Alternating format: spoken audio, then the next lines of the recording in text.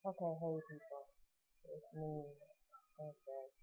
Um, Today I basically want to share my joy and express a serious topic with you. The topic today will be divorce. And who got a divorce today? Me. Basically, as you know, I'm pregnant and I'm due in September on my birthday, September 16th. And I have been married to the producer Illa Child for 3 years. It's the man who does the beats that I rap over. Um, Personally, it's all in fun and games that I've been doing what I do, but seriously, I felt like it was almost a basic waste of my time to get married because it was like the intentions were good at first, but then I had certain entities and certain people and certain things that just wanted to interfere with my happiness. And for those who don't know, I have sickle cell and I've been real sick. I have a muscle disorder to where it messed up to where I couldn't walk for a long period of time. And when I got married, it was September 7th of 2007. We got married at the courthouse, and he's from Pennsylvania. He's from Pottstown. He was living in Adamsville. That's why they call him Adamsville Illa sometimes. And he was staying in a basement, and I had my apartment. I mean, I'm only 27, but I was driving trucks at the time. And basically, I'm going to give you the rundown of how my marriage started and how my marriage came to an end. So it was like he was making beats with DJ Boo, and not too many other people, but he was doing a lot of mixtapes. At that time, he was dealing with a group called INS, Mailbox Boys. They came out with a song called What They Say. That's ill. He had a job at Family Dollar that was on Bankhead. And at that time, I think I was going on my second year in MARTA. I was living in East Point, and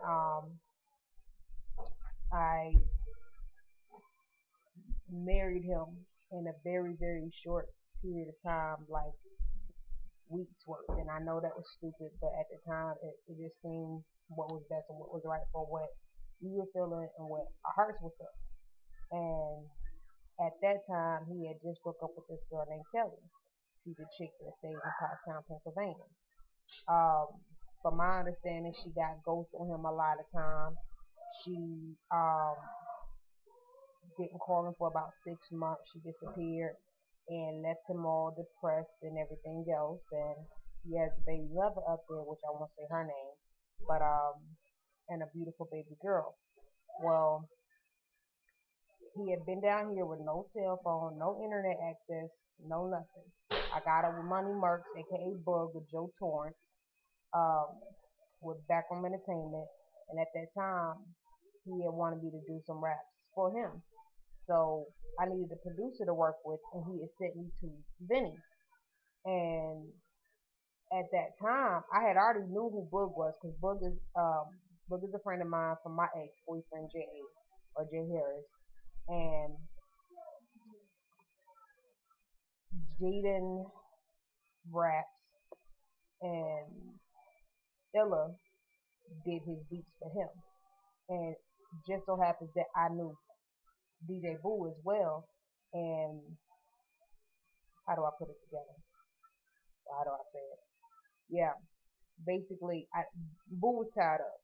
Boo was doing something else in Magic City, so we ended up using one of Illa's beats. Me and Illa, we clicked. Like, we didn't clash. I went in the studio, knocked out the songs, and it was whatever. From there on, it seemed perfect. Next thing you know, we had to actually bounce down the files from Philly, well, from Pottstown down to Atlanta, and he had to come over to my house because the internet at their house was down. So they did that, and then that's basically how we met up. We did the song, pieced it together, bounced it back up, and after that, it was like gold. Um, we ended up getting married. I bought his ring first. He turned around and bought mine, and it was like the first thing that he wanted for our wedding was the mat in 2007, I believe. And it's not anything. Can you stop yelling, please? Thank you. Um,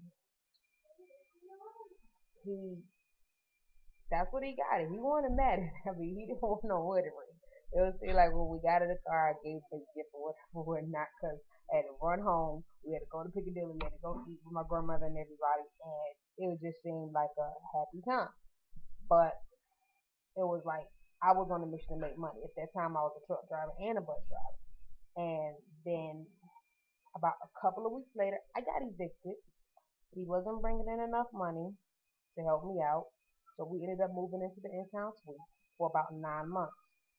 During that period of time, I had the worst hell. I mean, you try fitting a son, a daughter, a husband, a wife in a hotel room for 9 months, making sure that the kids get to school on time, making sure that your car stayed up to date, everything went right. That didn't happen. My car got repoed. I mean, yeah, I was making money, so yeah, I did buy another car the same day that the car got repoed. But it was just the mere fact that he wasn't contributing a lot. He would take the car, go to the studio, but he wasn't making money to bring in enough for gas, for food. It all basically boiled down to me. Our honeymoon was horrible. It was our 6 month anniversary. I got a cabin in LJ, so I decided to go out there.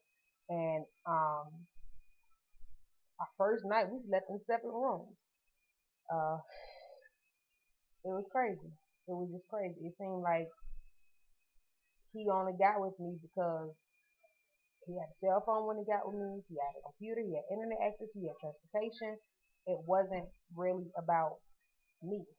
One day he told my mom and his mom that it was my job to work and not his.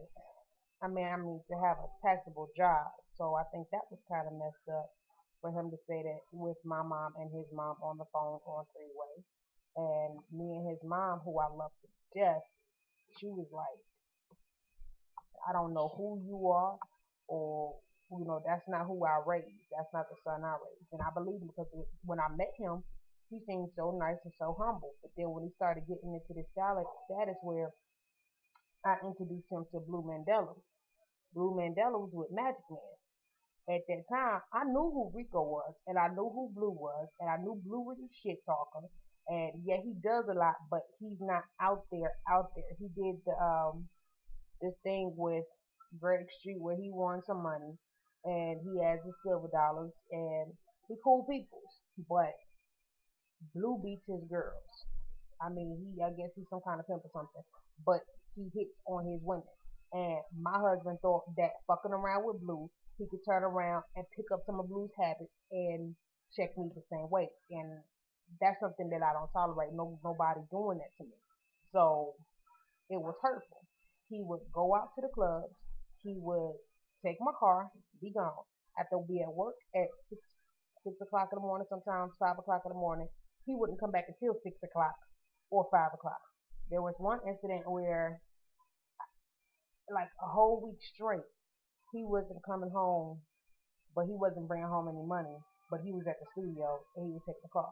So yeah, I did jump into my car and he got in the car with somebody else. And I said, I'm going to the club. I'm going out and I want to see. So he cusses me out while I'm at the club when we go pick up his artist. And at that time, the song had hit the radio, and they did nothing else for that. That was the INS, that was the mailbox boy. They weren't doing nothing really. They couldn't provide a ride to the club. They couldn't provide anything, go anywhere without Vinny. Vinny acted like he was their manager. He wasn't their manager, he was just a producer, but he was just following that one beat. He wasn't focusing on everything else. He was going into the studio making beats, true enough, and all of his beats are super hard, but he just wasn't bringing in any money, any revenue. He was renting out a studio for